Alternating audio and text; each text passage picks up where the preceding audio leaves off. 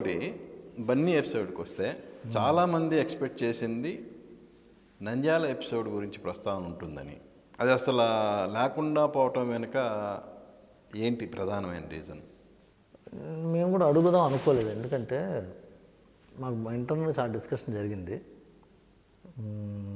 బన్నీకి ముందు చెప్పలేను. అల్లు అర్జున్ గారికి మేము ఇట్లా నంద్యాల ఎపిసోడ్ గురించి డిస్కస్ చేద్దామా వద్దా అని మేము డిస్కస్ చెప్పలేదు. బాలకృష్ణ గారి దగ్గర తీసుకెళ్ళినప్పుడు బాలకృష్ణ గారికి ఏంటంటే షూటింగ్ ముందు రోజు చెప్తాం, ఇట్లా ఉంటుందండి, ఇలాంటివి అనుకుంటున్నాము, ఇది రీసెర్చ్, దీంట్లో ఏం చేద్దాం మీరు ఇలా అనేదే ఉంటుంది. ఆయన దగ్గరికి వెళ్ళినప్పుడు కూడా నంద్యాల ఎపిసోడ్ తీసుకెళ్ళాం. మేము 4 గోళ్ల మధ్య డిస్కస్ చేసినప్పుడు మాకు ఎక్కువగా డెమోక్రటిక్ ఓటింగ్లో మాకు ఎక్కువ ఏంటంటే 10 మంది కూర్చున్నాం అనుకోండి, ఏం చేద్దాం ఎలా చేద్దాం ఏంటి వాటిని, ఎందుకంటే ఫార్మాట్ చేయాల్సింది నేనే కదా, ఫైనల్గా ఎమోషనల్లోకి తీసుకురావాల్సిందాన్ని, కంటెంట్ని ఎమోషనల్లోకి తీసుకురావాలి కదా. ఎక్కువ మంది ఏమన్నారంటే మానిపోయిన గాయాన్ని మళ్ళీ తిరిగి తోడడం అవసరమా, అయిపోయింది కదా అది, ఇప్పుడు all is well that ends well లాగా. ఇప్పుడు ఆయన ఏమో వైసీపీకి సంబంధించిన ప్రచారానికి వెళ్ళాడు, ఇప్పుడు టీడీపీ ఉంది, సంజాయిషి ఇచ్చుకున్నట్టు ఉంటుందేమో అంటే ఒక వ్యక్తిని మేము ఆన్సర్ ఊహించాం సార్, చెప్తా, వీళ్ళు జస్ట్ కంప్లీట్ దిస్ ఆన్సర్ ఊహించాం.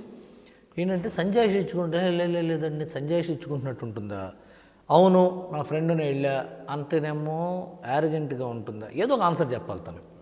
ఆ ఆన్సర్ వల్ల ఎక్కడైనా రప్చర్ అవుతుందా అని మేమే కొంత, నిజంగా ఇది మీకు ఎక్స్ప్లెయిన్ చేయాలి, మీరు అడిగింది కరెక్ట్ క్వశ్చన్, రప్చర్ అవుతుందా అని మేము ఇంటర్నల్గా ఆలోచించి మేము పక్కన పెట్టాం. అది లాస్ట్లో నేనైతే అడుగుదాం అనుకున్నాను, బాలకృష్ణ గారికి చెప్పలేదు. ఆయనైతే ఇంకా బెటర్గా దాన్ని పట్టుకొచ్చేవాడు ఆయనకున్న సీనియారిటీతో.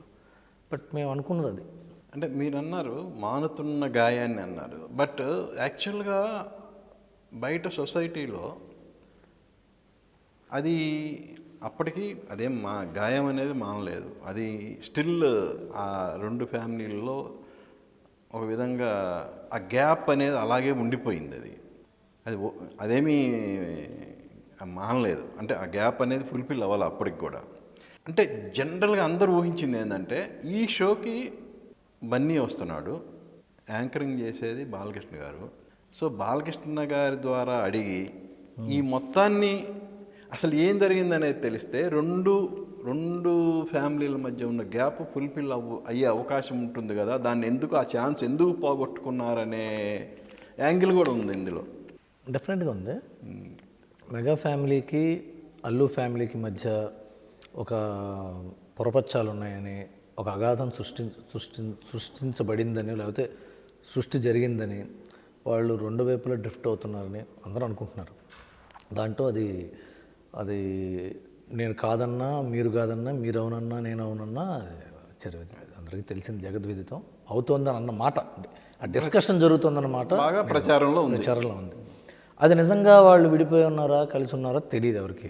ఎందుకంటే చాలా గుట్టుగా సంసారం చేసుకునే ఒక ఉమ్మడి కుటుంబంలో ఉంది అది. మేము అడిగిన ప్రశ్న డెఫినెట్గా అతను ఆన్సర్ చేస్తే దానివల్ల వచ్చే రిపర్కషన్, ఎందుకంటే బన్నీ అనేది వ్యక్తి, అల్లు కుటుంబం, కొణిదెల కుటుంబం అనేది ఒక వ్యవస్థ. ఇతను చెప్పే సమాధానం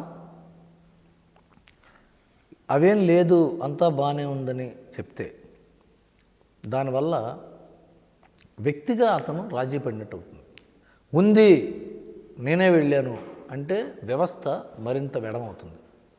ఇది మేము ఊహించి మేము వద్దు, ఇది ఈ పరిఫరీలోకి వెళ్ళగొద్దు అని మేము ఇంటర్నల్గా తీసుకున్న డెసిషనే. దీంట్లో బాలకృష్ణ గారికి మేము అంత దూరం వెళ్ళలేదు ఆయన చెప్పడానికి. ఆయన చాలా మంచి సలహాలు ఇస్తుంటారు బాలకృష్ణ గారు, ఇలాంటివి అడగండి అమ్మా, ఇది అడగండి ఇలా అడుగుదాం, నేను ఇలా అడుగుతాను దీన్ని, అలాగా సార్ ఇలా అడిగితే ఇబ్బంది అవుతుంది సార్ అని మేము చెప్తే నాకు తెలుసు నేను అడుగుతా అని చాలా విషయాలు ఆయన చాలా